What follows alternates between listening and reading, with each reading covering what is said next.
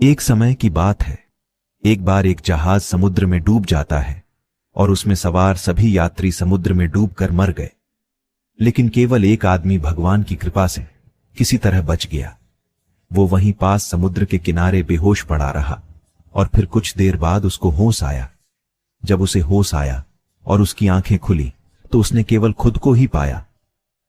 जैसे ही वो आदमी उठा तो उसने भगवान से प्रार्थना करना शुरू कर दिया और कहा, हे भगवान, कृपया मेरी मदद करें, कृपया मुझे यहां से निकलने के लिए कुछ मदद भेजें। पूरा दिन बीत गया, लेकिन उसकी मदद करने वहां कोई नहीं आया। उसने अपनी पूरी रात समुद्र तट पर सोकर बिताई। अगले दिन जब वह सोकर उठा तो उसने फिर से भगवान से प्रार्थना की, लेकिन उसे कोई भी मदद नहीं मिली। फिर कुछ दिन ऐसे ही गुजर गए। अब उसने इस द्वीप से निकलने की पूरी उम्मीद छोड़ दी थी और उसने बैठे बैठे कुछ सोचा। फिर आदमी ने कुछ लकड़ी और घास इकट्ठा करना शुरू कर दिया और अपने रहने के लिए एक झोपड़ी बनाया। उसने उस टूटे हुए जहाज से चीजें इकट्ठा की और उन्हें अपनी झोपड़ी में रख लिया। वह द्वीप पर नारियल और मछली खाकर जीवित रहने लगा। झोपड़ी में रहकर वो अपने दिन बिताने लगा। एक दिन उसने आग जलाई और मन से भोजन में जुट गया। फिर पानी पीने के लिए झोपड़ी से बाहर गया। जब वह वापस लौटा तो उसने देखा कि उसके झोपड़ी में आग लग गई थी। उसने क्रोध में अपने एकमात्र आश्रय के नष्ट हो जाने से वह बहुत दुखी था। उसने अपना सर आकाश की ओर उठाया और भगवान को समाहित करने लगा और कहा कि हे भगवान, मैंने तुमसे कहा था कि मुझे कुछ मदद भेजो, लेकिन तुमने मेरे मन की बात ही नहीं सुनी। मैंने यहां जीने के लिए एक झोपड़ी बनाया था और तुमने उसे भी जला दिया। तुम बहुत क्रूर हो।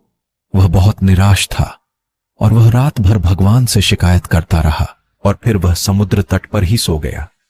सुबह जब उसकी आंख खुली तो एक शोर से उसकी आंख खुल गई जो बहुत तेज थी।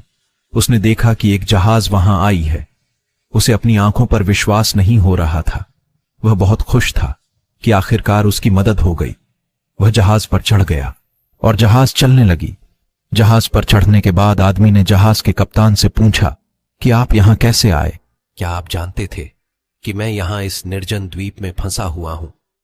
फिर उस कैप्टन ने जवाब दिया, हमने द्वीप से आते हुए आपके द्वारा भेजा गया एक दूर के सिग्नल को देखा। हम समझ गए थे कि द्वीप पर कोई है, इसलिए हम यहां आए हैं। फिर उस आदमी ने कहा, लेकिन मैंने कोई फायर सिग्नल नहीं भेजा। कैप्टन ने कहा, लेकिन हम फायर सिग्नल देखकर ही यहां आए हैं। तभी आदमी को अपने जलते हुए झोपड़ी की याद आई। वह समझ गया कि कैप्टन जिस फायर सिग्नल के बारे में बात कर रहा है वह उसकी जलती हुई झोपड़ी थी। वह समझ गया कि यह भगवान की उसे बाहर निकालने की योजना थी। उसे समझ में आया कि भगवान की योजना उसके अपने लिए बनाई गई योजना से बड़ी है और उसने भगवान को धन्यवाद देना शुरू कर दिया।